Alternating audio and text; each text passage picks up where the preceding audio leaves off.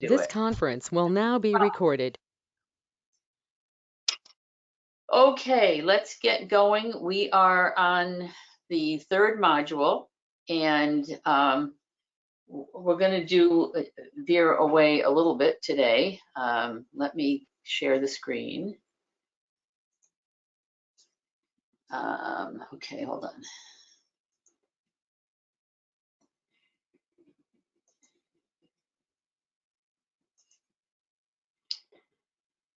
Okay, we're going to talk a little bit about interventions today for kids, for children and youth with sexual behavioral problems.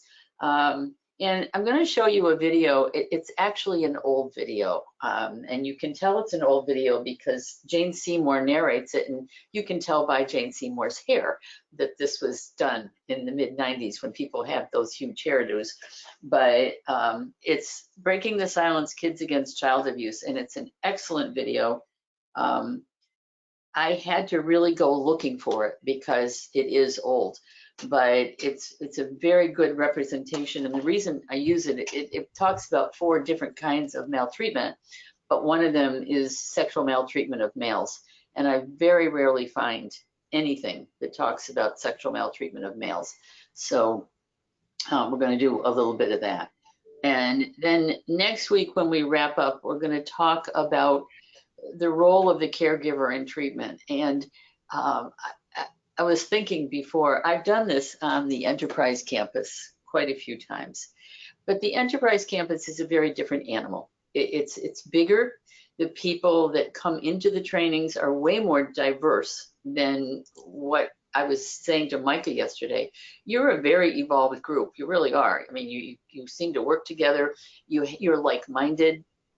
It's not like that when you're doing a larger group. And sometimes you get mavericks, sometimes you get people that have their own thoughts, and that's always going to be true on a bigger campus. It's just a part of a bigger campus. But I did this, and I think it might have been as we were getting in, and this was a few years ago too, getting into conversations about what happens to boys when they get molested, who often end up thinking that they're gay. Or thinking that they caused this in some way sexually. And I had a staff person who got so mad about all this that he quit the next day. So we hope that none of those tragedies happen with you guys. But it also had the misfortune to have been around Halloween. And I don't know what you do in Madison for Halloween, but Halloween was a hot button topic on the main campus for years, and many of the cottage parents didn't believe in Halloween. So we had the double whammy of the whole Halloween. This is the devil's work, and we're not going to let the kids go out for Halloween. And how can you talk about gay kids? So that was one casualty that I had of doing this particular training. I don't think we're going to have quite that issue with your group because, as I said to Mikey yesterday, you guys just seem to really work together very well. So, and I have very much enjoyed working with you. So let's plow forward here. I hate these ones that come in like this because I never know where they're supposed to end. So what we're going to talk about today is really what abuse feels like to kids. We want the little video I'm going to show you is going to talk about 4 different kinds of abuse or 4 different kinds of maltreatment, if you will. And we want to be able to look at indicators of abuse in this kid's family history. What are they doing in the foster home that would indicate that they might have had this abuse, even if they haven't told you? The behaviors, the triggers, the things that you figure out as you go to put your hand on a kid's shoulder and they blow up.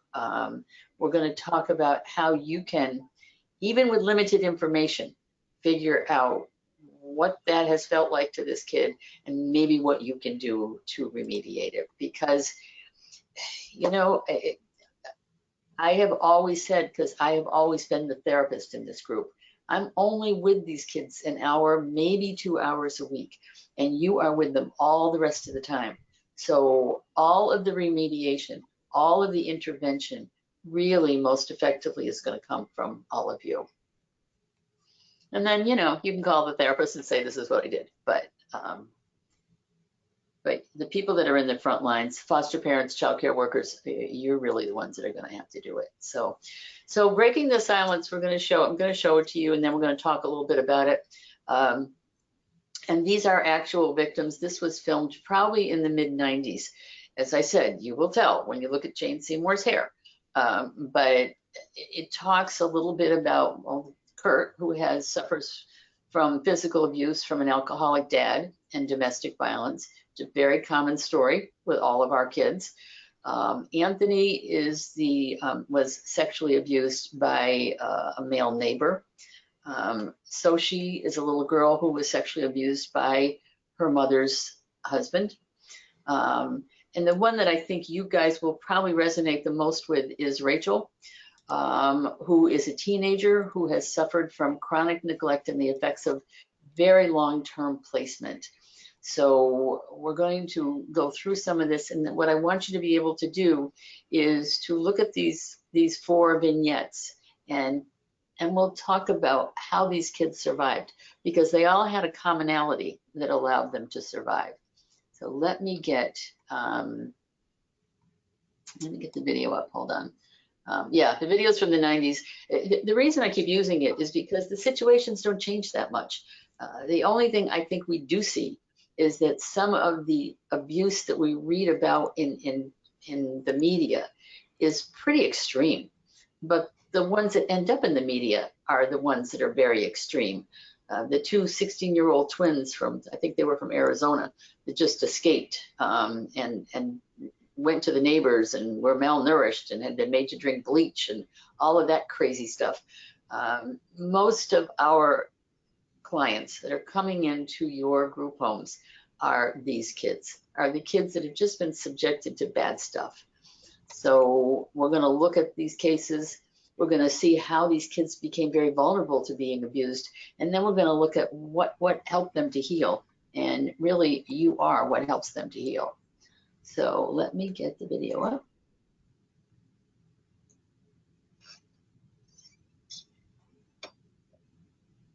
We'll do the FBI warning first.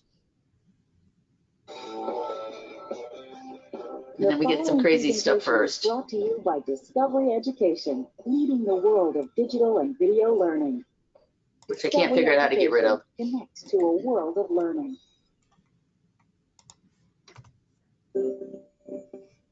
Hi, I'm Jane Seymour, and I want to introduce you to 4 of my friends. Meet Kurt. And Soshi.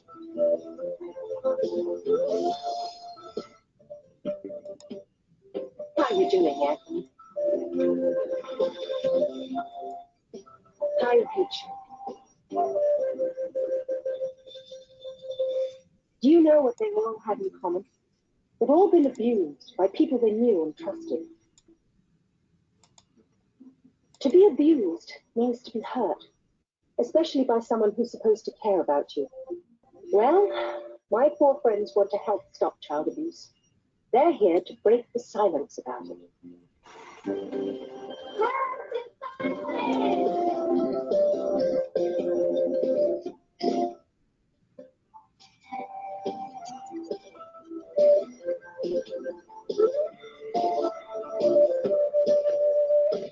Child abuse can happen to anyone, and no 2 abuse cases are exactly alike.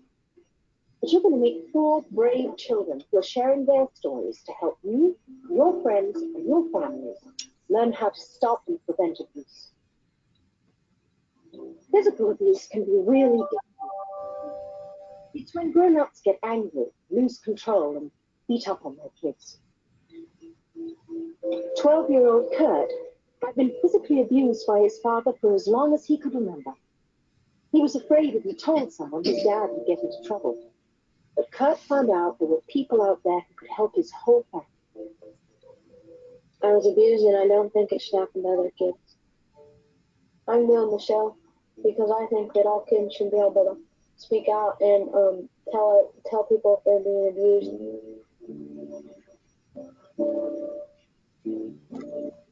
When my sister and I were little, my dad used to beat up on us all the time. Sometimes he'd hit us to punish us, I'd want to do something wrong. But other times he'd hit us for almost no reason. It was like we couldn't do anything right. I was really confused. The earliest memory of being hit was around 4 or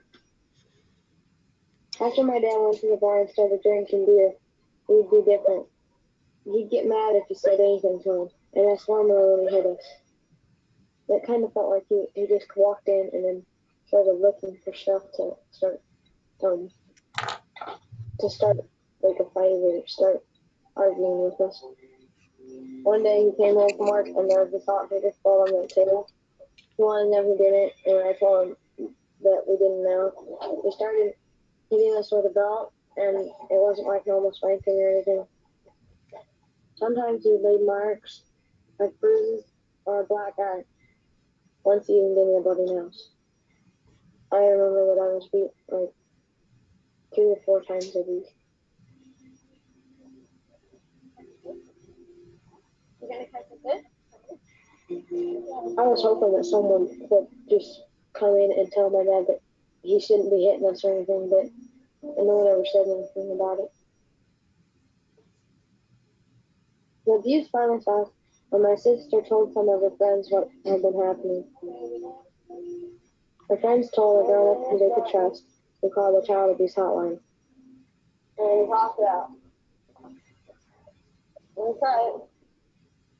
The people who protect children made my parents go to court, and the judge said that Ruthie and I wouldn't be safe at home anymore. They said that I had to leave that night, so I had to go home and stuff everything in garbage bags, and then go to the foster parents.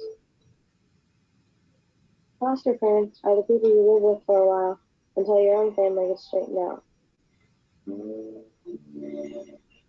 While we were in the foster home, my mom and dad were working real hard to get us to come back home. My dad had to go through classes to help him stop drinking. And both my parents had to go through classes to show them the right way to do things without hitting or abusing us anymore. I was in a foster home for 3 years, and then the judge said my sister and I could go home. There were a lot of people who helped my family get back together. This is Katie. She's a family therapist, and she comes to our house once a week. Some parents don't know how to teach their children what they want them to learn without hitting. Kurt's mother and father felt that when they were angry and wanted to teach their children something, that was the way it was done. That's the only way they knew.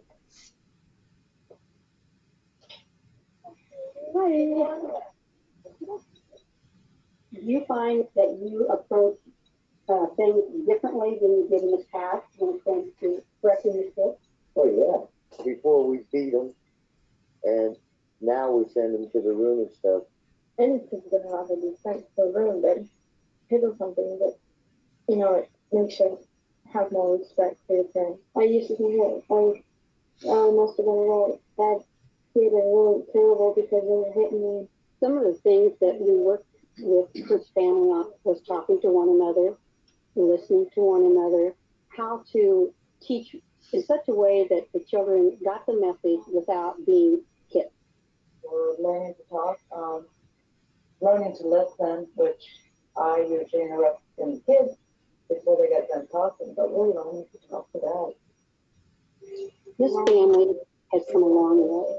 They've worked very hard, and it's taken a long time. And there's still work to be done, but there's a lot of hope for them.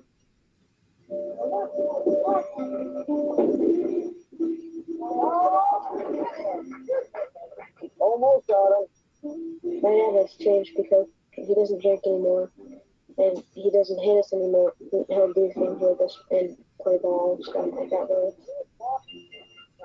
I'm proud of my parents because they worked this whole thing out, and they could have just said they didn't want to and just left. I'm glad that they loved me that much and that they didn't just give up. I think that's how all parents should do. There's another kind of abuse, and it's called sexual abuse. That's when someone bigger or older than you touches private parts of your body or makes you touch theirs in ways that make you feel bad. Usually, they'll tell you to keep it secret. Soshi's sexual abuse started when she was only 7 years old, and her abuser was her stepfather. But a sexual abuser could be anybody. Sexual abuse is being hurt by somebody that you won't be hurt by, or being touched in private places. This places are called private parts, and private parts are parts of your body that are covered up by bathing suits and your underwear. My abuse happened a long time ago when I was 7 and 8. Now I'm 10 years old.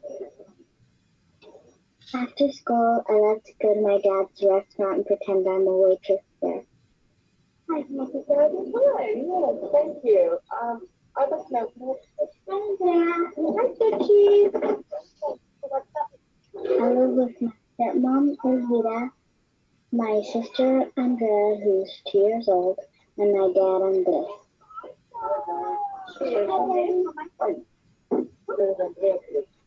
My dad and my grandmom got divorced. I saw my dad every other weekend, and I lived with my grandmom and my stepdad. I stopped living with them after my stepdad sexually abused me. Sochi then used to like her stepfather a lot because she said that he used to threaten her or warn her about beating her up if she wasn't going to do what the mother and him was telling her to do.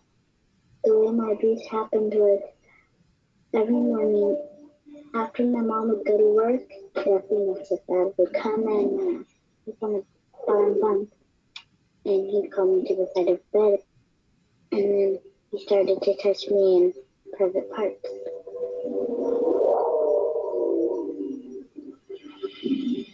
I felt like this was growing in me because I knew something was wrong, but I didn't know what.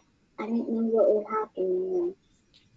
And after the abuse, I felt weird because he was spoiling me. Like, he'd buy me donuts in the morning. He would buy me a piano for my birthday, and I liked what he was giving me, but I didn't like the abuse that he was giving me. When Sochi used to come and visit us, she was different, and I noticed that her grades were kind of low. She was more on the quiet side, more sad, kind of angry sometimes. And right before she was ready to go back to her mother, she started getting kind of afraid or nervous or finding excuses to stay. I felt like I had to tell someone, and one day I told my mom when she was vacuuming, and I told her that my stepdad, Jesse, was touching me in private places. She seemed casual, but nothing happened. She just kept on vacuuming. I would tell parents who don't believe their kids or don't listen to them that they should, because they're counting on me to do something about it. My abuse went on for 2 years every morning. It made me feel like lonely and different and just really sad. One day my dad was gonna hug me and I just backed away. And I asked her, what's happening? What's going on with you?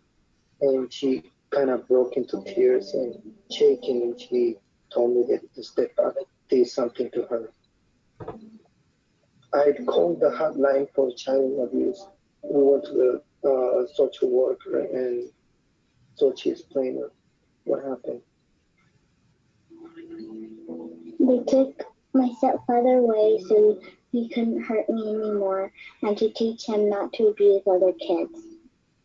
But my own mom got mad and she didn't believe me and she said it didn't really happen and she believed my stepfather. I felt bad because my mom didn't believe me, my own mom. When I first went to therapy, I thought, how could talking help?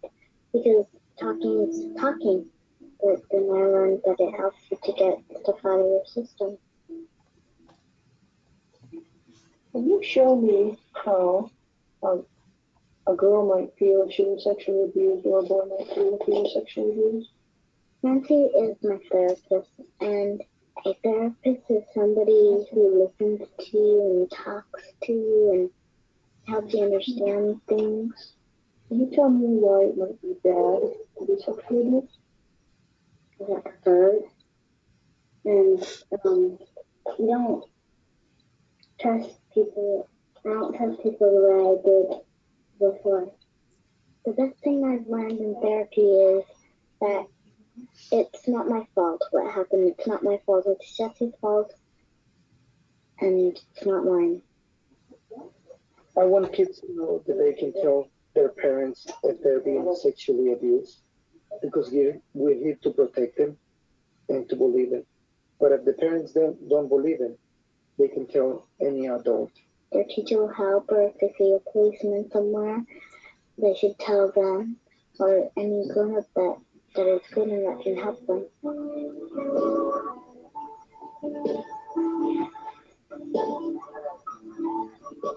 Right now I'm happy about my family because they're nice and they're funny and I like to be with them. It's really nice to know that somebody will believe you. I feel better about myself and I don't feel like it's my fault anymore. And I feel that, now I know that I'll never let anybody do that to me again. Sexual abuse doesn't just happen to girls. It happens to boys, too. Anthony's abuse began when he was only 4 years old.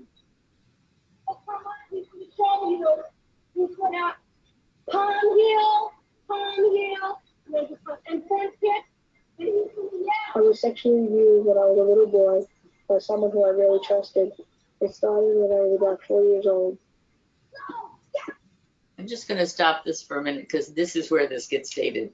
This is from New York City, and this is from the 90s, and this really was the treatment that we used for kids in the 90s. The whole stranger danger, being able to protect yourself from strangers, but it really was a very prevalent part of treatment in the 90s.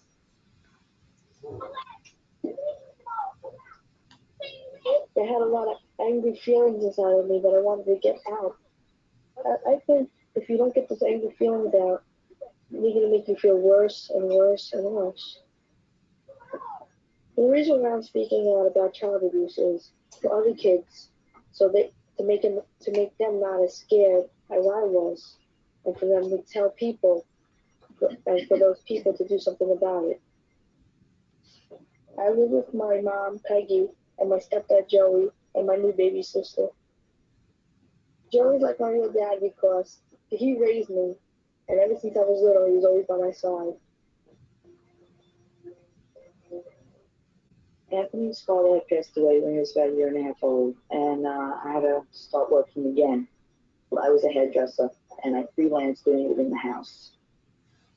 There was one customer that would come with her 20-year-old son, and while I worked, the 20-year-old son would keep my son company, and they would play.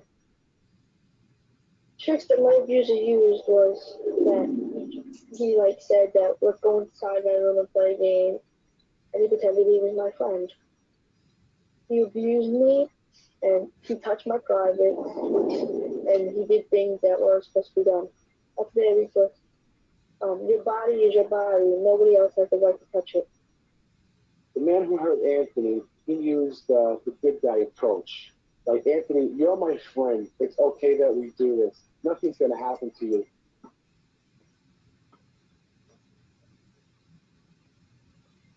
Anthony was showing many signs that something was wrong. One was bedwetting, nightmares coming in once they wake up, and then problems going to the bathroom. He had all the signs of an abused child, and we didn't know. My abuse went on for a couple of years. My school grades went down. I didn't want to go outside that much no more. I didn't want to go nowhere without my parents. But when I discovered Anthony and the abuser in his room, I opened up the door, found the abuser with him picking his pants up, and Anthony was behind the door. I was scared. I didn't know what was going to happen. and everything. After my mother called my father, everything got so confusing. But I told my dad, and my dad believed me because he trusted me. He called the police, and the police came. They took the guy away, and they brought me to the hospital to check if anything had went wrong with my body. But the doctor said I was all right. I was okay. Talking to the doctors wasn't that scary because they helped me. If I didn't like explain it right, they would ask me again, and they listened to me. They understood. I went to court to put him away in jail and to show the jury and the lawyers what he had done to me. The judge was nice. He wore a black gown and he wore glasses and he was old. They gave me stuffed doll to show what he had done to me, and I had to answer questions that the lawyers gave me to answer. The judge asked me to point the abuser out and if he was in his courtroom, and I did.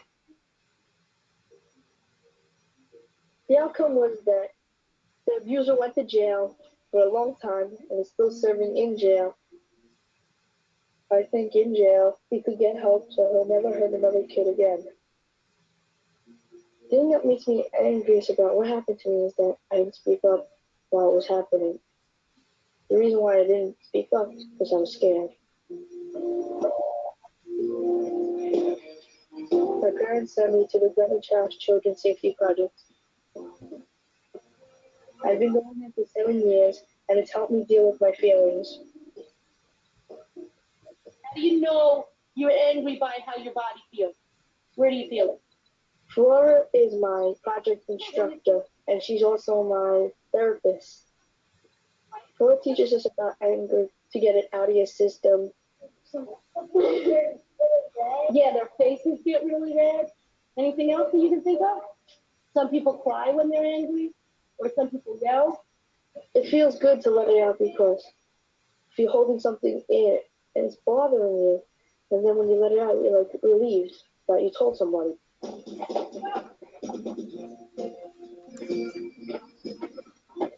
Well, we also have activities like the obstacle course, where we learn to run away from somebody, or to block, or to say no and go for help.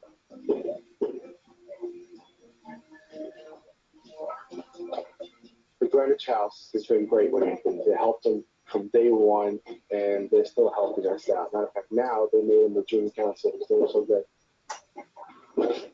And he's telling other kids, if people do this to you, don't let them. Tell your parents. Let people know what's going on.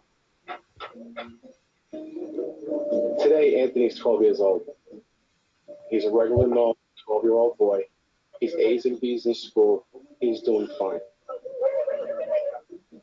I would recommend to many parents out there that watch any type of a sign that a child is trying to tell you something, no matter what it could be. Listen to them.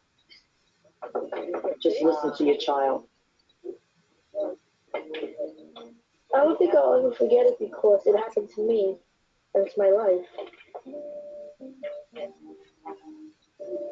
It's important to break the silence about child abuse so that you can get the abuser away from you and he'll never hurt you again. Sometimes parents or guardians don't give kids the things they need to grow up safe and healthy. When that happens, it's called neglect. Rachel is 16, and it happened to her.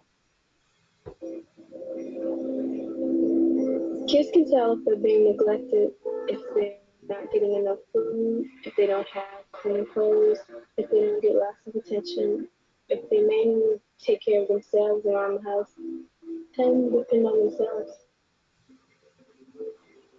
When I was growing up, I don't really remember anybody taking care of me like I should have been taken care of at that age. When I was about 3 or 4, my mom would leave and she would go for a couple of hours to a couple of days. Sometimes she would leave a bowl of peaches on the table for me to eat. And that was all I had.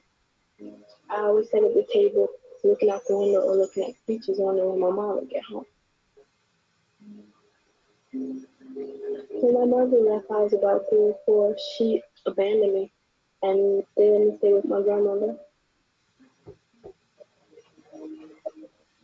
When I lived with my grandmother, she was really sick and sometimes she drank a lot. I was being neglected when I had to do things that were not usual for my age. I was on the floor and I was cooking for her and helping her bathe and going to the store for her. I was too young to be this thing around. And it's like the stress just built up on the inside and you could feel it. It was like right here. And a lot of times when I thought about something or when I went to sleep thinking about something, I wake up and my chest would be hurting. When my grandmother died, I was passed from relative to relative. I always felt like I was an outsider. I never felt like I really fit in. When I was 14, I went to my last aunt's house. And I looked out the window one day and I said, well, God, how long am I going to be here? Because I know I'm not going to be here really long. One day, we had an argument and she said, get yourself and get out. I had tried staying with friends, but there was nowhere that I could really be safe. And so I told my guidance counselor, and he called social services. Later on, I met Wanda, who's my social worker. A social worker is someone who helps children figure out what to do when their families can't do it.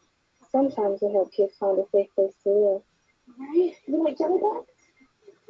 Oh, okay. I give you some jelly bells. When Rachel first came down, she was very scared to go in a foster home. She felt that she really didn't trust adults, and she wanted to make sure that she wouldn't be kicked out of another place. So we put her in Centerville Group Home.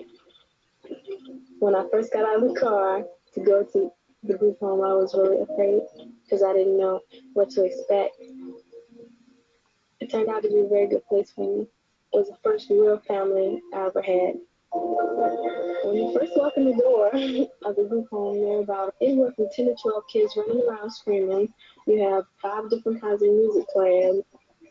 A group home is a place where children go, where there's going to be at least 10 to 12 other children there. And there are lots of adults who will help the children to understand their problems. I have to get some defense. I met Karen. She was my therapist. And she talked to me about a lot of things that were on my mind and a lot of things that I had been through. You've been through a lot. Yeah, we have. I learned that I didn't always have to be the strong one and I didn't always have to take care of everything. And I could wind down and be a kid. I could relax and play sometimes. I stayed at the group home for a year and a half, but I felt like I was ready for a family now. I wanted to find out what a real family does, a normal family does. When I first came into my foster mother's home, I was afraid. I was pretty much scared that the same thing would happen to me that happened throughout my family. When I got here, that wasn't what happened. I pretty much fit right in. She loved me just like she loved everybody else. I would tell kids who've been abused to not give up, to realize that people are out there to help you and to look for those people and to let those people help you. My mom left me, but now I have 3 moms. I have Karen, who's my therapist, I have Wanda, who's my social worker, and I have Dee Dee, who's my foster mom. And when I need somebody, they're always there, all 3 of them. It feels really good to have somebody there who's for me now. I would tell a kid who's being neglected right now to hang on and to tell somebody. It'll get better, things will change, somebody's going to help you. And if that person doesn't help you, you tell somebody else, and things will get better and things will change. And you won't always be in that situation. Maybe you know a kid who's being abused or neglected. Maybe it's happening to you. If it is, please tell someone you trust, like your parents, your teacher, your doctor, and keep on telling until somebody helps you. People who abuse children use all kinds of tricks, even scary threats to keep kids from telling. But to get the abuser to stop, you've got to tell a grown-up who will help you. Together, we can all help stop child abuse by breaking the silence. If you or someone you know is being abused and you can't tell an adult you trust,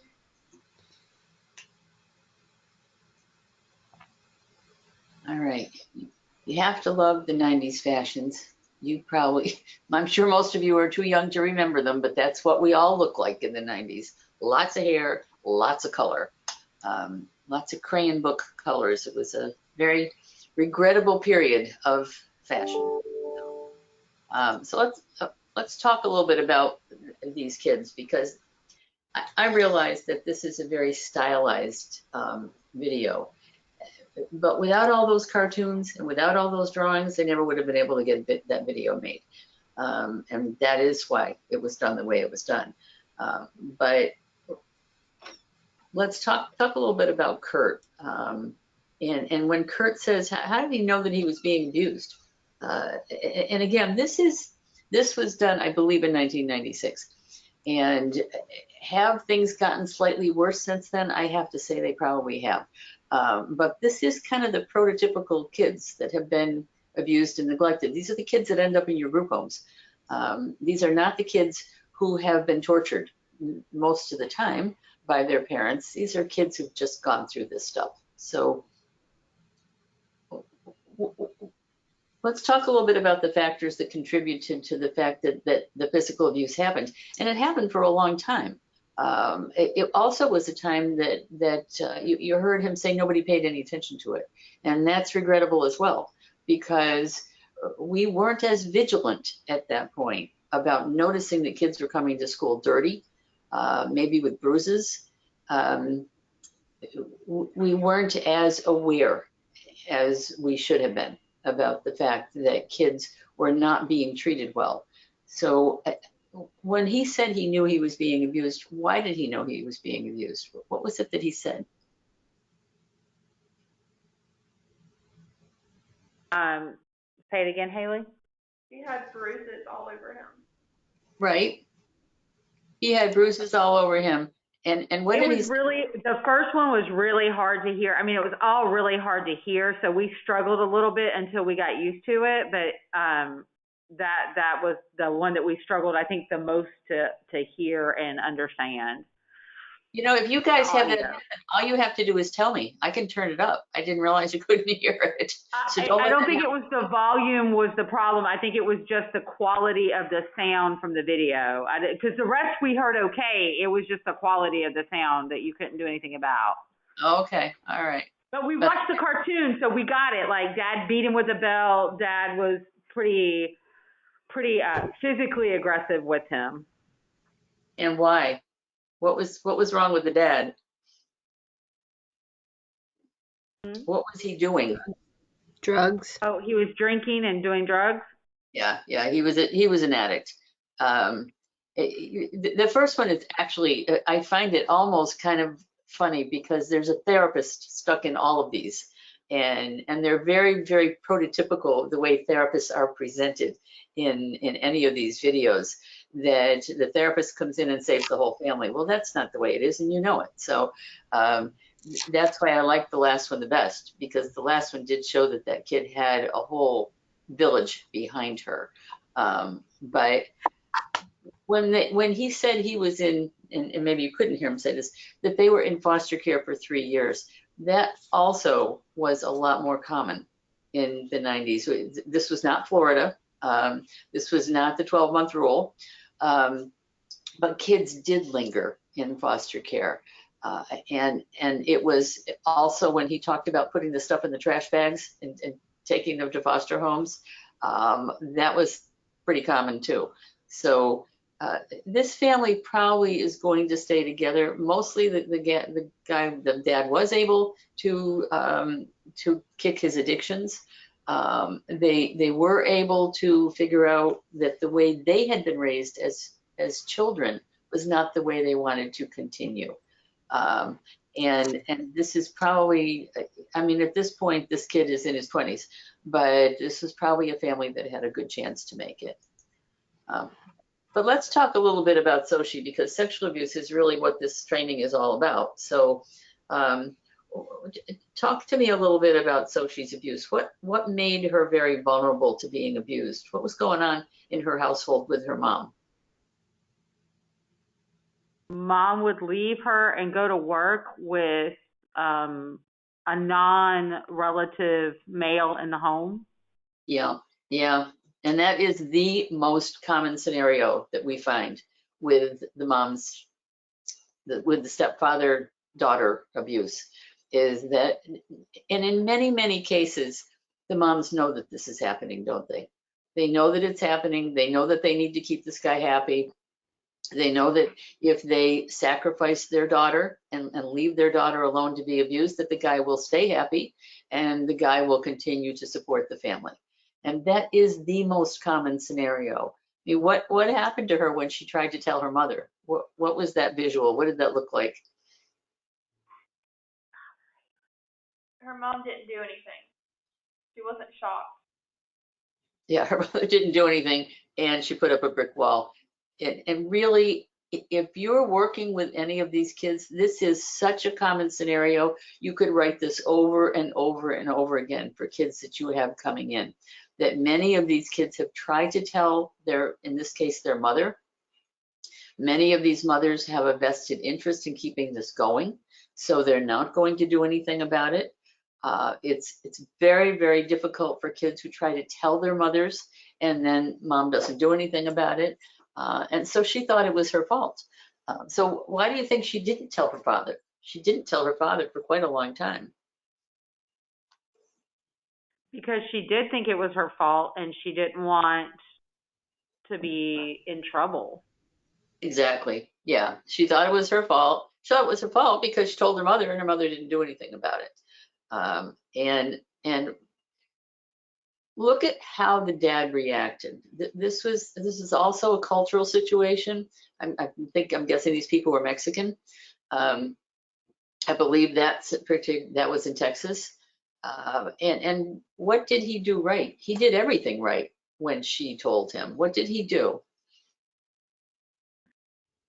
He made sure to get her therapy and the help she needed. He believed her. Exactly. He believed her. He thought there was something wrong and he believed her. And he could have done harm. He could have not believed her. I find that therapist in that particular scenario is kind of funny because she's such a typical therapist.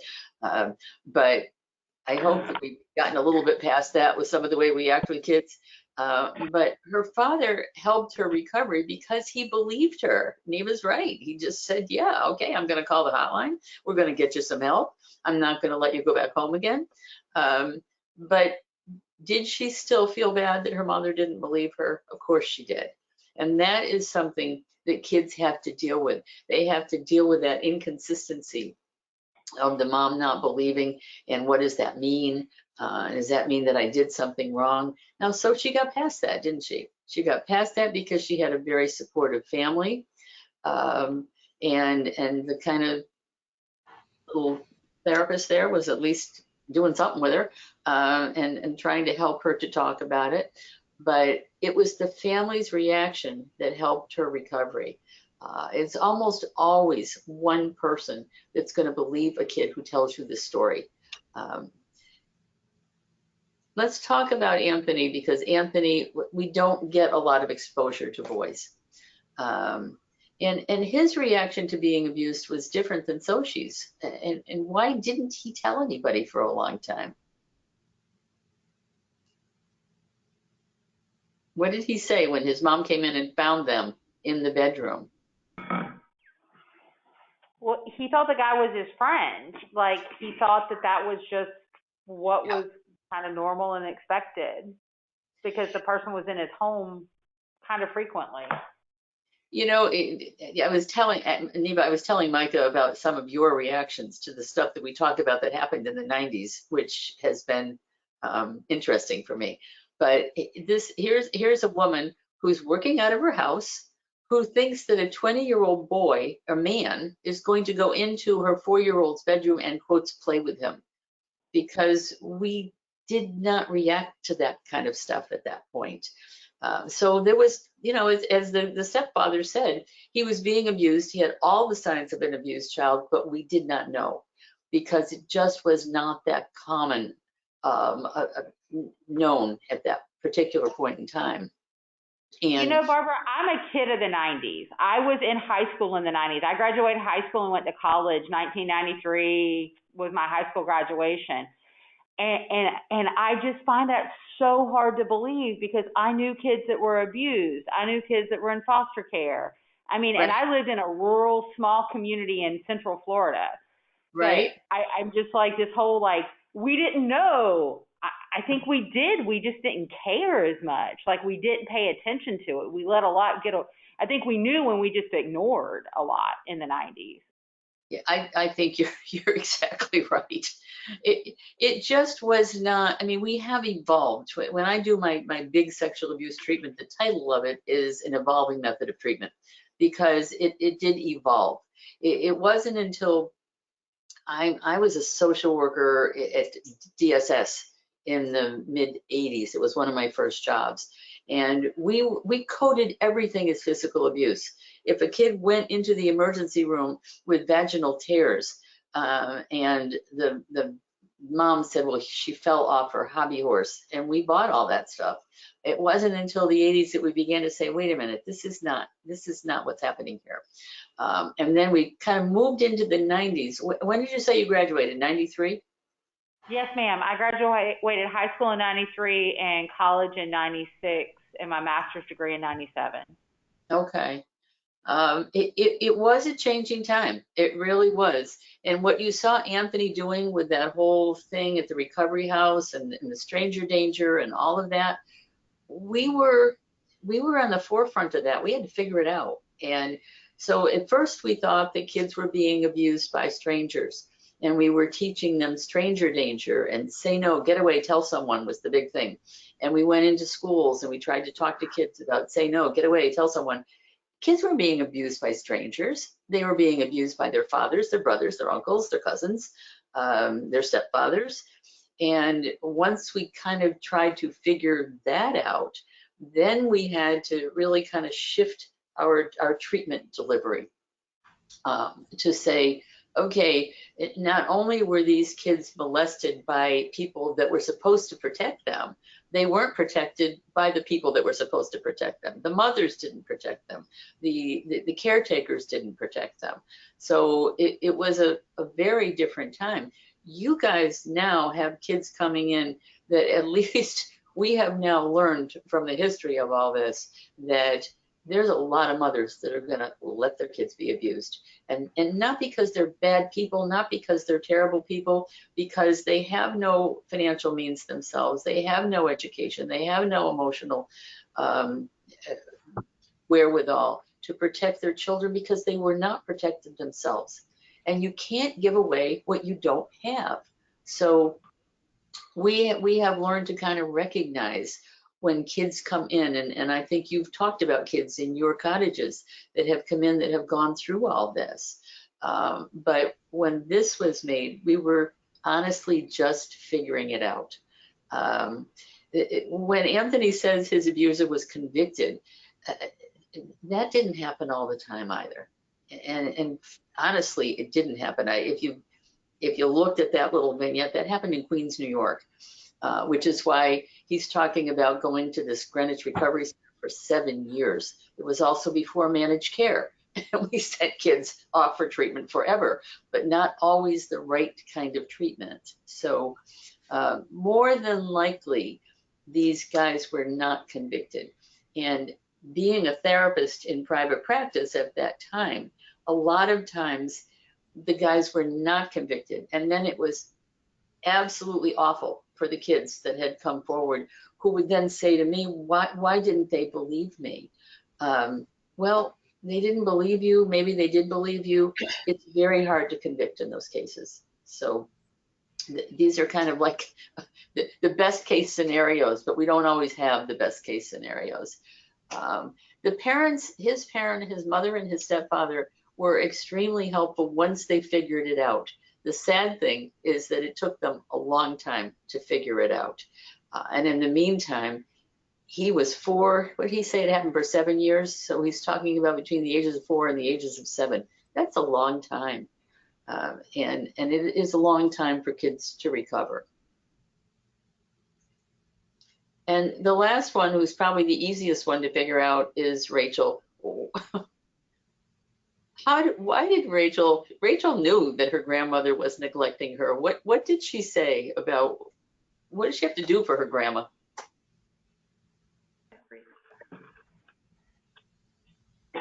Haley said everything. Yeah, right.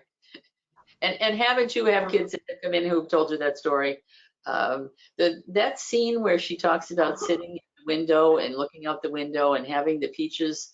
I was doing investigations in Massachusetts at that time, and I had more than one kid tell me that story of sitting and waiting for their mothers to come back, and who had nothing, who had no food. One little girl finally set fire to her apartment trying to cook something because she there'd been nobody in her house for a week by the time she was found. I had one little girl who was removed from her mother's apartment the day after Christmas. She had been there all through Christmas. And when I went out to talk to her, she was an amazing kid. I'll never forget her, because she told me that she had a green coat, and it was winter, it was Massachusetts, so she had a green winter coat, and she hung it up on a hook and pretended that it was a Christmas tree so that she could have some Christmas. So, kids are amazingly able to survive some of this, but you're right, she did everything. She was 4. She was talking about cooking. She was talking about going to the store. She was talking about bathing the grandma. And even at 4, she knew that this was not the way things were going to be. And then she ended up in the homes of the relatives. So you've got all these kids that come to you, don't you, who have gone through removal, who've gone through relatives, who've been bounced from home to home to home. And then they end up with you. And she said, this turned out to be a very good place for me. Why do you think the group home was a good place for Rachel at that point in time? She was 16. She'd been going through this since she was 3. Why do you think the group home was a good choice for her?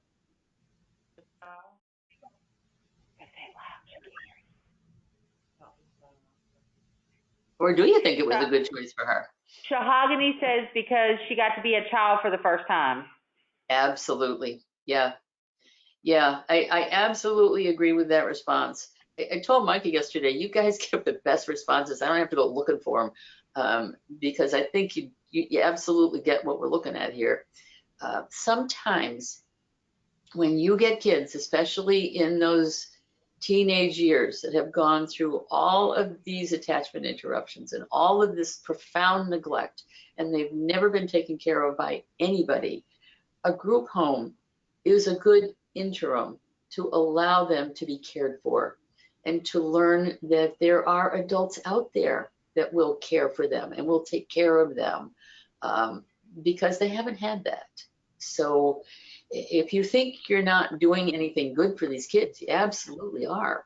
And the teaching family model, from what I know about it, has been able to allow you to nurture these kids who have not had that.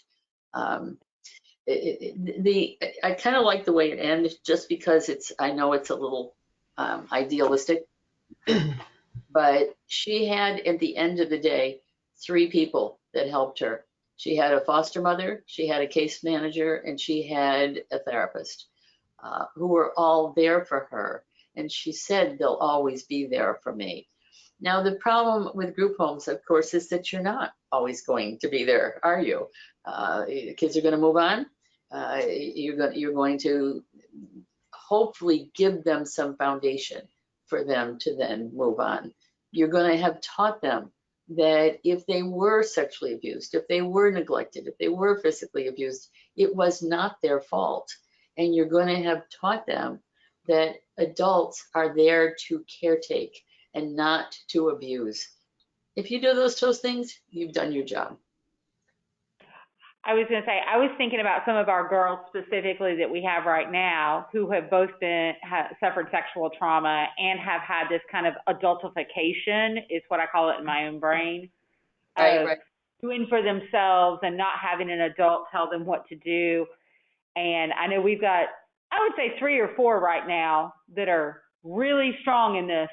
The force is strong with them. But it's really hard. It's hard to convince them that they can be children and that the adults will take care of their needs and the things in their day, because once they're 15, 16, it's really tough to convince them that adults know better than them, because they've been adulting for a good portion of their life at this point. So it's really hard. We're running into that more and more every day, and just trying to convince them that you don't need certain things that grown women have, that you don't need those things, is a tough fight for our staff every day. You know, and that's very well articulated, because you've got kids who have, you know, say you get a kid that comes into your group home when they're 13 or 14, and they, as with Rachel, have done this their entire childhood. They don't know anything. They don't know any other way to be. So trying to chip away at that can be slow. Doesn't mean you shouldn't try, but one of the things that we kind of routinely say to the kids in outpatient is that these strengths that you have developed have kept you alive, have kept you safe, and now let's help you give some of those up. And it is difficult, because that's the only way they've survived until they got to you. Nobody else was taking care of them. And don't you hear those stories when kids, I certainly have heard many stories of kids talking to me about having to go to the convenience store to get cigarettes for the grandma, and when they were 4 years old. Did nobody in the convenience store look at a 4-year-old with a $20 bill, or however much cigarettes cost now, buying cigarettes? So these kids kind of slip through the cracks, and there's all kinds of people around them before they get to you that have paid no attention to what is happening to them. The kids that show up dirty at school, the kids who really look like they're hungry, that they're not cared for, that they're trying to do things that normal 10, 12, 13-year-old kids wouldn't be doing. So that adds to it, doesn't it? Because now you've had all these adults who paid no attention to the fact that you're being neglected. So, and that really is your job right now. I'm going to let you guys, it's 10 o'clock. I'm going to let you guys take a 10-minute break and let me, there's something I just have to do. So let's come back at 10 after. Is that okay with you? Sounds good. Okay, doke.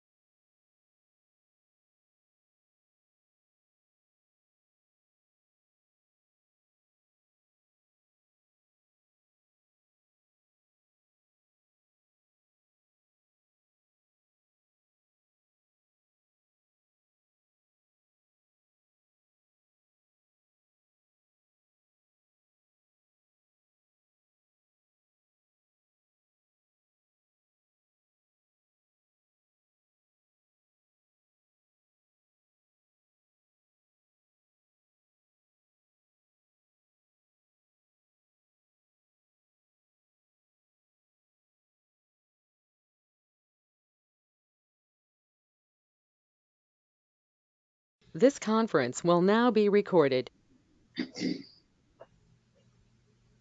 And Micah, I think we're waiting for Neva, maybe? I'm texting her now. Okay.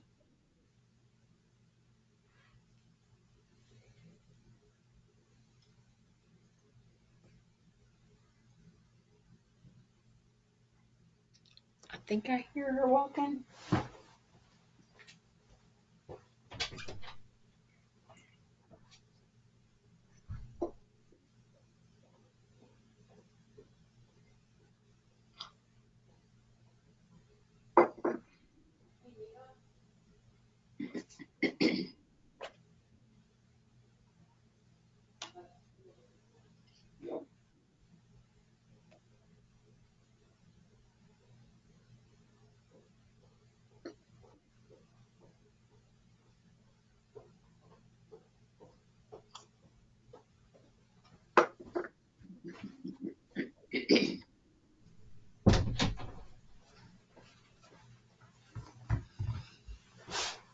She'll be right here in just a minute if you want to go ahead and get started.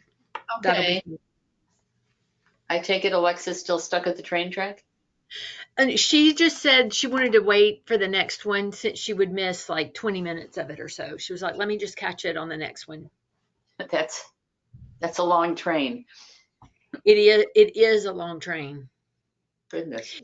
It's not the train, Barbara. The train actually stops over the road so they can load logs into the various cars. So it'll inch forward or backward so that they can load it at the paper mill. Oh, Lord. Okay. All right, we can get started then. The only thing I'd want to say in closing about that whole video and those 4 kids is that the first person that a child tells about their abuse is the critical first person. It's the reaction of the very first person is absolutely critical to recovery. And I say that because very often kids will kind of disclose off the cuff.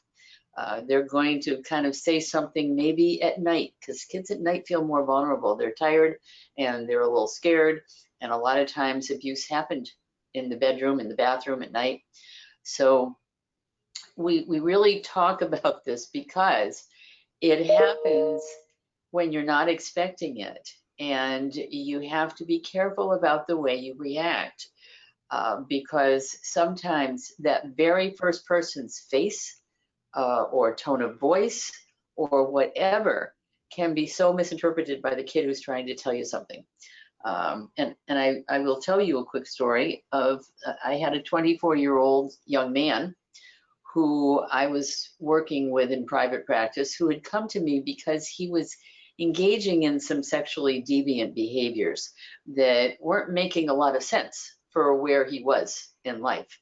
And as we began to work with him, he eventually told me that when he was in 7th grade, he was molested by a neighbor. In New England, houses had basements, and he talked about going into the neighbor's basement with the male neighbor. The neighbor molested him. He went home. Now remember, he was in 7th grade. So he went home and tried to tell his mother, and she had no idea what he was talking about. And she just turned around and said, you need to wash your hands or something, it's time for dinner or whatever. What he interpreted from her response was that she was angry with him and that she blamed him. Now, how did we know this? Here we are 12 years later. He's now 24 years old. He's doing things that were considered, at the time, sexually deviant behaviors. And he was sent to me by his pastor. And as we began to talk about where is all this coming from, he told me about coming into the kitchen and his mother was cooking and she turned around and said, why don't you wash your hands? It's time for dinner. And because she was mad at me, she blamed me. She was angry with me. Now, I then brought the mother in, and the mother said, I don't even remember this. I have no memory of this. I think I was just telling him to wash his hands. So it was kind of the beginning of his recovery, and he did eventually recover. But the sad thing is, here we have 12 years of this young man's formative years were spent with a very a very skewed vision of himself, thinking that he was to blame for this, what happened. He was never able to charge the neighbor. He was never able to get any remediation or reparation for what happened to him, and thought that he was at fault.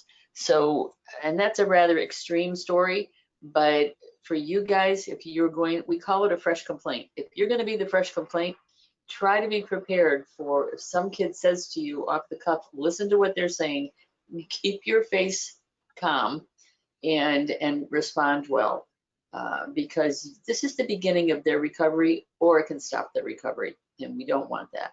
So when we say, what are the symptoms of a sexually abused child?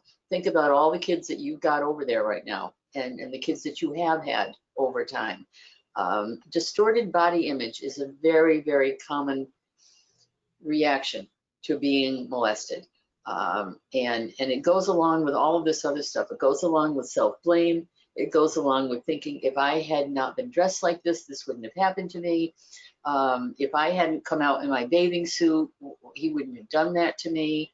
Now, when you're talking to kids who are probably 8, 9 years old when some of this happened, it's not that you had a bathing suit on. It's not that you had a tank top on, but you are often thinking that your body looks different than it does.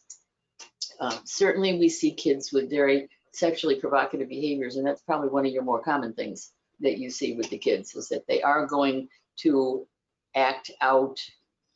It isn't even they're acting out sexually, it's their whole projection. You know the Herald, your little paper, just still put that little Herald out, to send it out to the parishioners. There was a girl, sadly she has passed away, but she had been extremely sexually abused, and she was very, very provocative, and even when she was little. But she was one of the few kids that they could take pictures of because she was not in state custody. So they used her for a lot of the pictures. And the photographer said to me at one point, I find it very hard to get a picture of Crystal without her looking sexual, even when she was 8, 9 years old, because it was just her persona. It was just the way she was. Certainly kids either are afraid of adults or they don't have any fear of adults. What do I mean by damaged goods syndrome? Has anybody heard that expression? Why do kids who are sexually abused have damaged goods syndrome? What does that expression mean? How do they see themselves?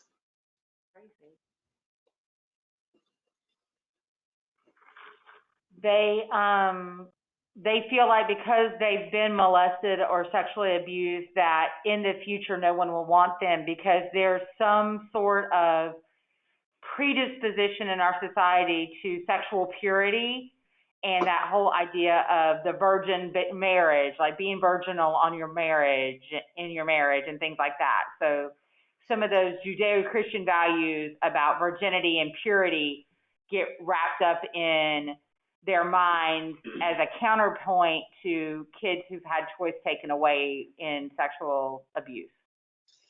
Yeah, that hasn't changed much, has it? It really hasn't. Most kids who have had this exposure do feel like there is something broken in them that they cannot fix, especially if they've been told that. If they've been told by their abuser, make sure you don't tell anybody, because if you tell anybody, we're going to get in trouble, and this is your fault anyway, nobody's going to believe you. When we watched the Michael Jackson video last week, those 2 young men, I keep thinking about that video because it was so clear that as strong as they were trying to project themselves, and they certainly had some of that, didn't they? They had some of that confusion about, do we love him or do we hate him? And that's all part of that whole complicated stuff around this. I highly doubt that those young men would have come forward had Michael Jackson not died, because while he was alive, he still had a certain hold over them in terms of that he told them he loved them and that they loved him. And it was an extremely confusing message. And I'm also guessing that at least one of those guys was gay. Whether or not they were or were not gay, in reality, that's another whole thing that especially boys have to contend with. Confusion about sexual identity is a big one. Predatory behavior, that's why one of the reasons we're doing this training is that kids often, if they have been molested, do have some level of predatory behavior. It doesn't mean they're sex offenders, but it means that they are trying to figure out where they stand in the sexual continuum because they've been confused at an early age. Certainly we've seen this. I don't know if so much about Madison because I don't know your kids. I know this whole bedwetting, soiling, smearing, all that stuff happens very frequently on the main campus. One of the things that my therapists just are so tired of me doing, but I continue to do it, is that we have a whole video on wetting and soiling. And it's kind of hard to find stuff like that, but I did find it through Daniel Memorial. And it goes through all the different scenarios of kids bedwetting and soiling and why do they do it, and urinating and smearing feces. It's, you gotta not have had breakfast when you watch it, that's all I can say. But it really does help therapists to understand why these kids get into some of these kind of disgusting behaviors because they feel disgusting. And often the whole soiling and smearing has to do with that kind of extreme reaction to feeling like you're a piece of crap anyway. So you're going to act it out in that way. The eating and sleeping disorders, of course, go along with it. And a lot of kids are just afraid of that they've done something wrong. So those are not hard symptoms to identify. They're pretty extreme. Some of the other kinds of issues that you're trying to identify and target and figure out what to do with are a little more subtle than this. There's nothing subtle about this with these kids. It's right there, and you can find it. I'm going to show you a few pictures here. Hey, Barbara, we recently dealt with another one of those extremes, and it was a young lady that would either smear blood with her monthly cycle or hide, use tampons, pads, things like that. I had never experienced that. And I don't know how common that is, but do you treat that as you would all the rest of these, or is it more pathological? What do you do with that? I think I would start with symptoms of sexual abuse because it's no different than the soiling and the smearing of the feces. If you think about it for a minute, for a young lady who has been molested, who now has her period, that kind of bleeding and the blood and all of that is right there in front of her. And it also can possibly say to her, I am now a young adult. This was my fault. I feel disgusting, and I am going to act out against this part of my body. It's pretty much that kind of self-loathing really turned on the body. And yeah, it does happen. I mean, if you treat that and then you find out there's absolutely, which I would doubt, no sexual abuse, then you might look at something more pathological. But all of this kind of distortion of your body, the cutting, the smearing, making yourself dirty, not washing your hair, and not cleaning your body, any of that is really kind of self-loathing turned on yourself. So, and when you see it, you certainly know that this is really a kid who's crying out for help. But yeah, I put it right in there with the feces okay. Smear. I know this is tough stuff. So don't eat breakfast next week if this is gonna really bother you, because I know this is rough. I know Neva has said we need to shake this out sometimes after this is over. So this is a really good example of distorted body image. I've never found a better one. My therapists are so sick of looking at this picture because this was a FUMSH kid, and you can see that the date on this is, I think it says 10/16/99. But it was such a perfect image of distorted body image that this little girl had just testified. I had just gotten to FUMSH at this point. She had just testified against her father in a sexual abuse case. He had been sentenced to life without possibility of parole for lewd and lascivious on a child under 12 when this had happened to her. And it was a very creepy case. And at the end, she recanted. He got out. I think he did it. It was a whole big mess. But she was one of a sibling group of 4. And all I asked her to do was, I just handed her a piece of paper and said, can you just draw me a picture? And I didn't ask her to draw a girl, a boy. I didn't ask her to draw herself. But she did draw herself. And this actually was the outfit she had on. This was her hair. But she was 13. So look at this picture. If we're looking at distorted body image, what do you notice about this picture? What is she trying to convey in this picture? Let's just start from the neck up. What are we looking at from the neck up in this picture? Yeah, a lot of lipstick on, big lips. My hair is a mess. I heard somebody saying something, but I couldn't hear what they said. Oh, she has on lipstick. Her lips is drawn real big. She has on lipstick. Her hair is a mess. And it's just showing that if I'm don't look good, nobody is going to bother me. Basically, is what it's saying. Yeah, this kid's name was Amber. I can't remember. So long ago, doesn't matter. But when I show this to my therapist, the very first thing they say is the Botoxy lips.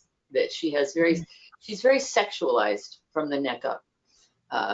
She's got, if you it's kind of hard to see, but she's got a little bit of mascara on there. This is exactly what her hair looked like. She's got the big sexualized lips.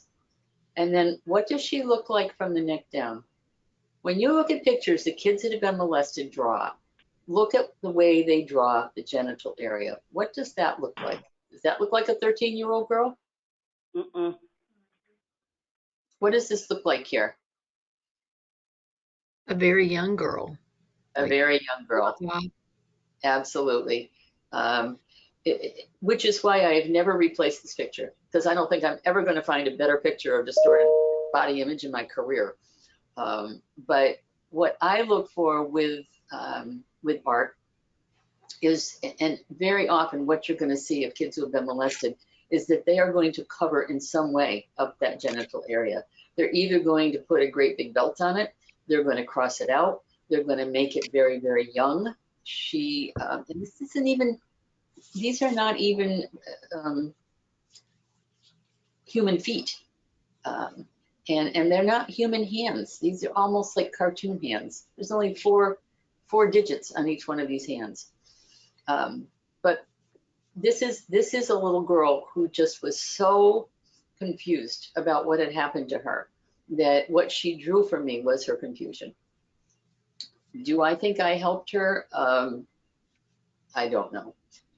I know that she ended up aging out of the children's home, went off on a motorcycle, had her leg amputated. A lot of these kids did not end up well because they were kind of there in an era where they weren't getting a ton of care. But I'll never replace this picture because I'll never get another picture like it. I think I showed you the beginning of this kid series last week. And when I talk about precocious sexual knowledge, this boy was 10 years old. Now, this was the kid last week that drew the gorilla. You remember the picture of the gorilla with the body parts? Did I restart this? I did, didn't I? Yes, I did. Yeah, you showed us that one. Yeah. Well, he had a series, and this was the series. He had 4 or 5 of them. Now, should a 10-year-old have known to draw these pictures? No. Give us 1 second. We're moving a little closer so everyone can see what the picture actually is, because until you get closer, you can't tell what the picture is. So give us just 1 second to look at it. Go ahead.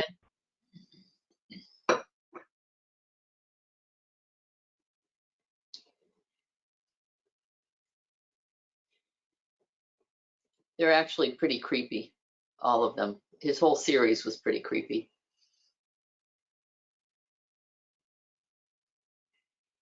We're having a moment of processing that in the room, because you're right. Young children, small humans should not be drawing quite such an accurate representation of sexual acts. No, and when I say precocious sexual knowledge, this is just this is an example of it. When I'm interviewing a 6-year-old, I do not expect a 6-year-old to take their dolls and hump them together. I don't expect a 6-year-old or an 8-year-old or a 10-year-old to act out sexual acts. I don't expect them to draw sexual acts. And if you do get this kind of thing, it's a clear indication that you've got something that you need to be working with. This kid left these in the drawer of in his dresser drawer in his room, and he left the drawer open, and he left the pictures there so that the cottage staff could find them. And he definitely was trying to tell us something. And I know that you cannot read this. I'll just tell you what it is. When I say damaged goods syndrome, this girl was 15 years old, and she had been she was a sibling group of 5, and she had been the identified daughter to be the father's sex partner. And this father was an adoptive father, and she was very sad because she would write these letters and leave them on my desk, and they were always decorated like this with the magic marker. And when I wrote self-blame up there, because she did blame herself. And I know they're very hard to read. I've got several of them. They're all very hard to read because they were written in pencil. But she's talking about a time that the mom, who knew this was going on, took everybody out and left her alone with the father. And it was the plan. It was their drill. The mother would take the kids and go someplace else, so that her name was Julia, so that Julia could have sex with her father. And this had evolved into full-blown intercourse. And she talks about coming in. She talks about sitting down on the couch, very graphically talks about the sex act, and then getting up and going to take a shower. And she says at the end, whose fault is it? This time it was my fault because I didn't mind or nothing. I didn't stop it. Whose fault is it? They all ended up with whose fault is it? Now, this kid was 15 when she wrote all these letters, and I still have them. And when I said to her, how old were you when this happened? She was 9 years old when she's describing this. And now she's 15. So when you talk about kids not really understanding, they don't understand. How would a child at 9 understand that this is not her fault? This is her stepfather's fault. This had nothing to do with her self-worth. But it was a very hard case, and I do know, I think I know what happened to her, because she kept running away. And at one point she ran away and she got picked up by a trucker, and she ended up in North Carolina. And I don't know if the children's home ever got her back. But to be honest with you, I also got her so late into her in her trauma history that it was really hard. It's like Neva's talking about turning some of the behaviors of these kids around. It was really, really hard to convince Julia that this was not her fault, because her father told her it was her fault, and her mother told her it was her fault. And when she ran away, frequently she ran away. Where do you think she went? She went home. When she would run away, she would go right back to her mother and father, because the father was never charged and the mother would never charge him. So how in the world do you think you guys are going to convince these kids that this was not their fault when the whole world seems to be conspiring against them? It's a very tough field that we're in. So the favorite part of this, I know, are the scenarios, and I won't do this to you again after this week. I don't think I have any next week, or maybe I do. but these are all actual cases, and I just want you to look and see how you think you would react and how in your heart you might be reacting. And when I say that, it's because we are all human beings, and these things are hard to hear, and they're hard not to be angry at the person that did this to these kids. So these are all my cases. I don't have to make them up anymore. And this one is for sibling incest. And this is one of the hardest things for people to deal with is sibling incest. And actually, this is the same family. This is Julia's family. There were 5 of them in this group. And scenario number 1 is that your 14-year-old daughter has been in your home for 10 months. These are foster kids. She's always been very provocative with all the male members in the household, and she's been sexually active with several boys at school to date. And I will say that when she was sexually active, and again, this was probably the early 2000s, when she was sexually active, she was punished and the boys were not. So we haven't gotten too much better at that either over the years. But one night after a difficult visit with her mother, she tells you that her mother made her participate in sexual activities with her twin brother from the time she was 6 until she was removed. So you got everything bad going on here. You got a mother that didn't protect. You got a 14-year-old who had a twin. They were fraternal twins. And she had been made to participate with sexual activities with this twin brother until she was removed at 14. And they came to my office one day. I found the 2 of them sitting outside my office. And the girl was saying to the boy, "It's okay, tell Barbara, it's okay." And they did tell me that the dad would smoke pot and watch them while they had sex. So I can tell you how I reacted, but how do you think you might have reacted? And when I say that, there's 2 parts to this. How would you react in your heart? And then how do you think you should react to this kid? Okay, I'm going to go first. In my heart, I'm going to have rage against parents that aren't protecting their kids and are encouraging abnormal sexual encounters. I'm going to have just sorrow in my heart for those children and for what they now have to live with and try to recover from in my heart.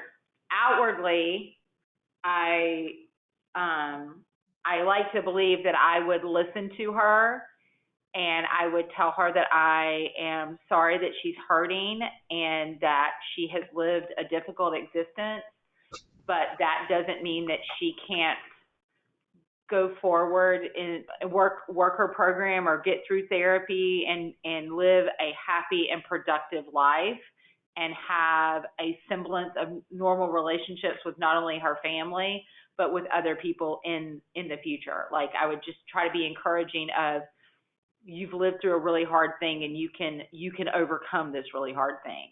And that is a really hard thing. And I'm sorry that this really hard thing happened to you. Neva just hit all the highlights of the answers. You really did. You know, there's kind of 3 parts to responding to a kid.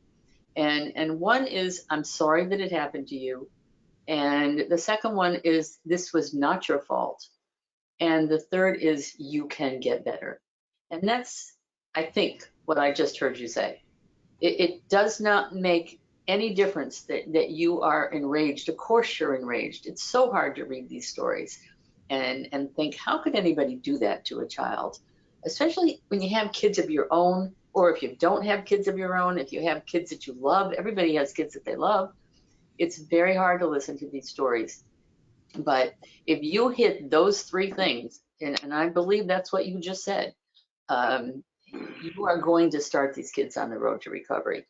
And you had to hit all 3 things. You got to say, I'm sorry. You got to say, this isn't your fault. And you got to say, you can get better from this. You have to believe that you can recover from this. Positive expectancy is everything. Anybody else? We don't want to outshadow Neva. I did my one. Now it's their turn to do the other one. Okay, all right, that's fair enough. You picked a hard one. Okay, how can the caretaker help start the healing process?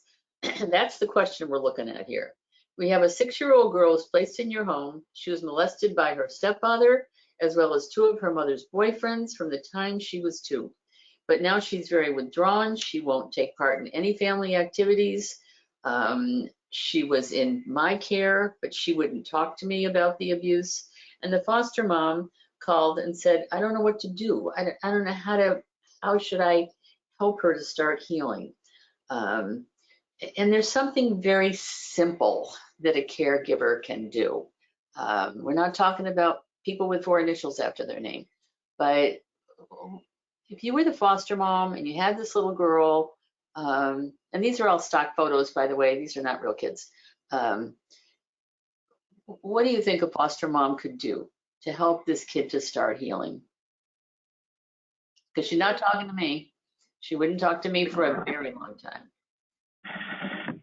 Take baby steps with the child, like meet them where they are. If they're not ready, don't force them to be ready, but let them know that you're there, you're available. When they're ready to talk, just show that compassion every day for them until they feel like it's time for them to tell you, and you can help them with their healing process. That is such a good answer, because you're right. I mean, we can't force these kids. We have to learn this as therapists. I mean, there are times that kids just are not ready for us. They might be ready for a kind person to make them feel safe. And again, I think that's what I heard you say. Let them come to it on their own and let them know it's okay. Because think about a kid like this. Has she had any control over her life at all? She hasn't had any control from the time she was a baby. Think about being 2 years old, and now she's 6. So she knows nothing other than being out of control and having people do things to her that she doesn't understand. So having a kind, caretaking person who just says, when you're ready, I'm here. I'm not going to force you. When you're ready, I'm going to be here for you. It's the simplest thing you can do. And yet, it's hard to do. I can tell you it's hard for therapists, because we are just kind of programmed to think that these kids have got to sit down and tell us what happened. Well, they don't. And sometimes they're just not ready. What they are ready for is somebody like you, who might say, come on, let's sit down and we're going to make some cookies, and we're just going to talk about things that make you feel happy or sad. That's fine. You can do whatever you can to make your kids feel safe and happy. That's a big part of childcare. Good answer. All right, self-mutilation, everybody's favorite. And we have a lot of self-mutilation with especially girls who've been molested. You're a childcare worker in a group home, and you work with several middle school girls, which is the absolute magic time to begin this. And they each have a history of severe sexual abuse, and they tend to dress very provocatively. This was in the era of the goth girls. And they have a cutting club, and they want to cut themselves at least once a week, and then they want to display the cuts, and they're trying to get all kinds of attention. And they're very provocative with the childcare staff. Did you bring this? I mean, this could be our cottage. This literally right now could be our cottage. We have maybe not a club, but we definitely have this happening. So what do? How are you handling it now? That's a wonderful example. What do you do now? How are you handling it? What are you doing with these kids now when they are cutting? I mean, we assess their cut, and then we obviously let the therapist know and the nurse know so they can do it. But we obviously go into their rooms to see if there's any other self-harming items that could be taken out, because we care about their safety, and we talk to them about that this is a safe place. You don't have to do that, and you always have people here to care for you, and we care for you and all that. And I think one of my things my staff is doing that they don't even realize they're doing, Barbara, is they are super intentional about providing one-on-one time with each of those girls when they're in those episodes of cutting. When they're having those moments, they provide additional one-on-one support and those one-on-one conversations and trying to help them identify different ways of coping with their stress and fulfilling that need, whether it's they get a marker or they get a pen to draw on themselves with instead. But it's really that one-on-one support time, and it's not saying, don't do that, that's bad. It's saying, you're a beautiful human, and I hate to see you hurt yourself in this way. What else can we do with you? I've heard that conversation happen by people in this room with me multiple times. And that's a perfect message. It really is. It doesn't do any good to say, stop doing that. Stop doing they sure don't stop. And I think the other thing I heard in there is that you recognize that this behavior serves a purpose.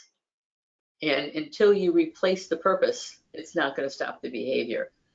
These are kids who probably are feeling very bad about themselves, feeling like they deserve to be mutilated, feeling like they're already damaged goods, that nobody is going to value them for what they are, so they might as well make themselves just as bad as they can.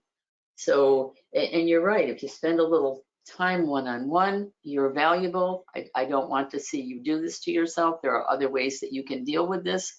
Those are the messages. Cutting is a real common thing with, especially with girls.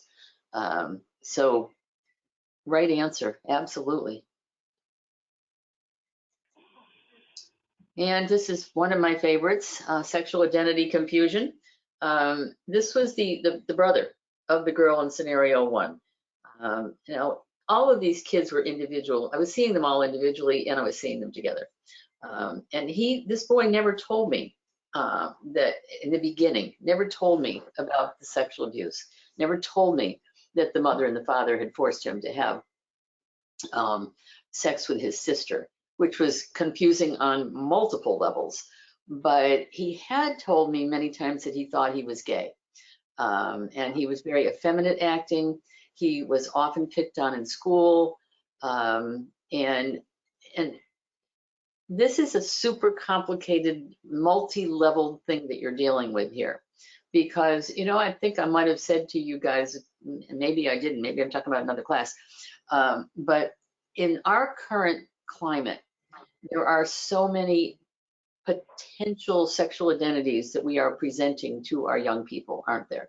We've got the LGBTQ, we've got the queer, we've got the questioning, we've got the transgender, the pansexual, the bisexual, the non-binary, blah, blah, blah, blah, blah.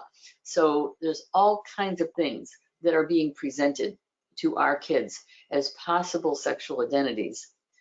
But I can tell you that when boys have been molested, and this was a super confusing thing because this was his twin sister, that the way he dealt with it was by saying, well, I must be gay, and that's, I've got to, there's got to be something wrong with me. So what, if you were the therapist or the case, or the child care worker, how do you think you would react when he begins to tell you that he thinks he is gay? And it is a bit of a balancing act. I wouldn't tell him that he wasn't gay, but I would ask him why he thinks that he is, like, try to get to the root of why he believes that he is, and does he know what the meaning really is. Yeah. You know, that's kind of the tack that we're taking with all of our outpatient kids now, is not to say you are or you aren't, but to say, tell me a little bit about why you think that. Because on top of this whole, I think when I put this together, it was a few years ago, before we had this explosion of sexual identity. Now we've got that on top of everything else. And so we have kids who come to us and say, you know, I saw that Miley Cyrus said that she was pansexual, so I think I am. So we're really kind of trying to help kids guide their way through some healthy sexual identity, whatever it is. But when you have been molested as a boy, or when you have been exposed to this as a boy, it is the thing that it's their go-to, that I must have done this because I was gay. So yeah, you kind of let them tell you. Usually they will figure it out for themselves, and whatever that may be, it may be that he was gay, it may be that he wasn't, but certainly his confusion was helping him to try to figure out, what happened here. And sexual identity confusion is a real big part of boys being molested. I take it you have more girls there than you have boys? We're an all-girl campus. Are you? Yes, ma'am. Is that just now? We've been since February, March of 2022.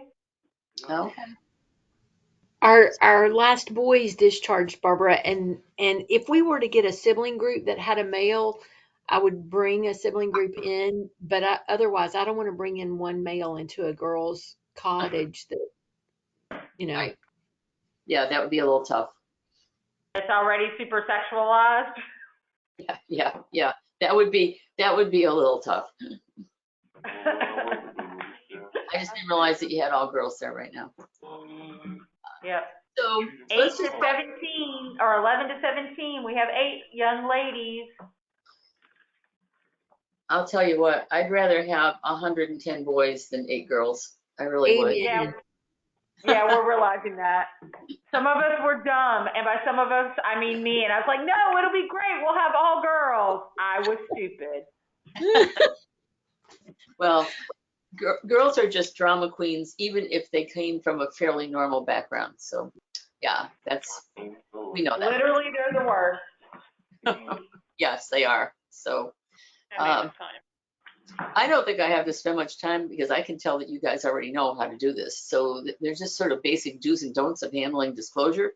But just remain calm. That's all you got to do. If you have to practice a resting poker face, just do it, because you're going to remain calm, and you're going to make sure that the kid knows that this is not his fault. Again, the 3 things you're going to do is say, I'm sorry this has happened to you. This is not your fault. I'm going to try to keep you safe. Don't make any promises you can't keep, but you're going to try to keep that kid safe. The thing you don't want to do, and I know that there is a tendency with some of our foster parents, not so much you guys are professionals, but with some of the foster parents, I've had that tendency for them to just say, oh, that guy's a dirtbag. Actually, I had a therapist who used to do that, who used to tell the kids that the abuser was a, quote, dirtbag. And I used to say, you can't do that. You don't know what that kid feels or doesn't feel about that person that molested them. So we don't want to ask a lot of questions. And why don't we want to ask a lot of questions? If you're getting a disclosure, why do you not want to ask a lot of questions? What happens after the disclosure? Well, Shahagini just said you don't want them to feel interrogated, but you also have to be really cautious because if DCF or the police become involved, you can't be investigating over the top of what law enforcement or DCF is doing. Yeah, you're absolutely right. Florida has a 3-interview rule. So if you have been the person that gets the initial disclosure, of course, you're going to call the hotline. I think we got company. Then a CPI will come out and they'll do the first interview. And more than likely then, I don't know what they're called in your area, the Children's Advocacy Center are the ones that do the taped interviews, and they'll do a second interview. But they don't want you as the fresh complaint to ask any questions, because then it could look like you're contaminating the witness. So you don't want to say, was it your father, or who was it that did this to you? Because you want to keep the investigation pure. It's the best thing you can do for your child, the child who's talking to you too. So you don't want to talk to them about it, ask them a lot of questions, give them that 3-statement thing that I told you about. expressing anger, don't do that. And try not to be upset, even though you might think, and foster parents seem to get into this a lot, that they're going to act upset for the child. I'm terribly upset that this happened to you. Well, kids don't always understand that you're not upset with them. You're just upset because this is a terrible thing that has happened. But these are kids, and they don't always understand that. So we have to be careful about that. We are always going to have a tendency to react differently to the abuse of girls than boys. And it's just a given that many of our caretakers have a super hard time dealing with sibling abuse. I don't know if any of you have any thoughts about that, but sibling abuse, if you have, especially with these kids that were forced, if you have sibling abuse, it just goes against all the laws of nature.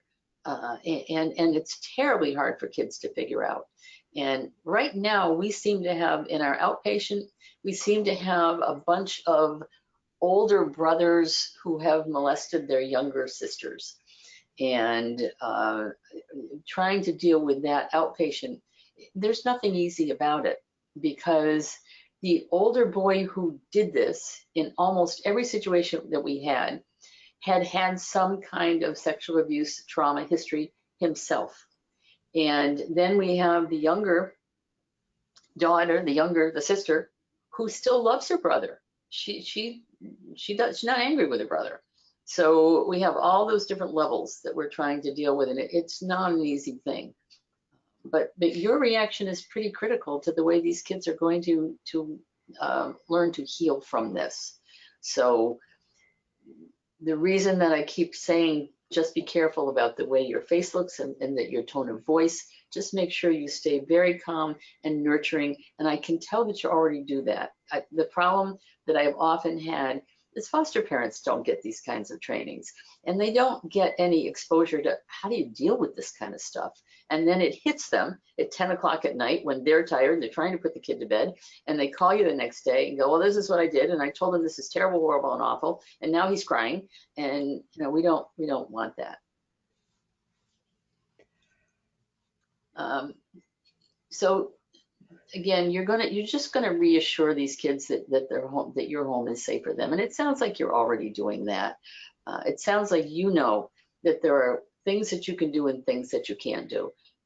You also know, and I think Neva said it when she gave the first answer, that you're gonna have some pretty conflicting emotions about this. Brothers and sisters don't normally have sex with each other. And if they've been forced to do it, then it's really difficult. And it's hard for you to kind of sort it out. That's okay. It's okay for you to have those feelings. That's why you talk to each other. That's why you have a supervisor. That's why sometimes we do support groups for our therapists, because they have a hard time absorbing a lot of this and trying to figure out what they should do.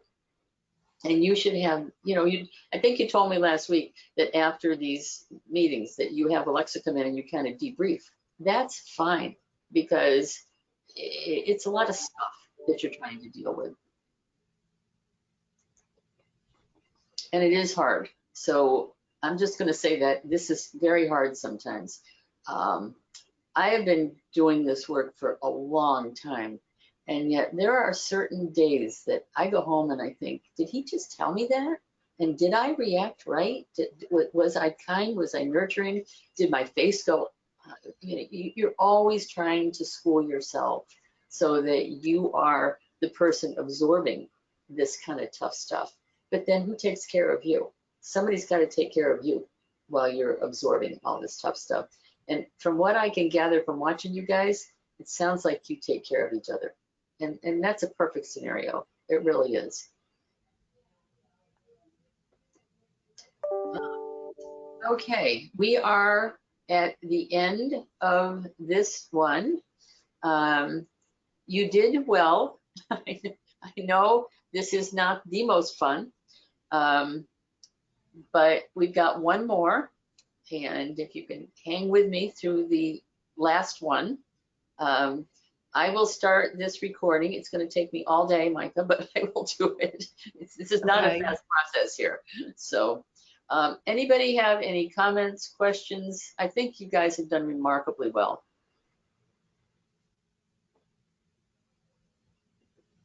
No, ma'am. Thank you so much, Barbara. We appreciate your time today. All right. Well, I hope you guys have a good rest of your day. Yes, Thank ma'am. you. Hi, Barbara. Bye-bye.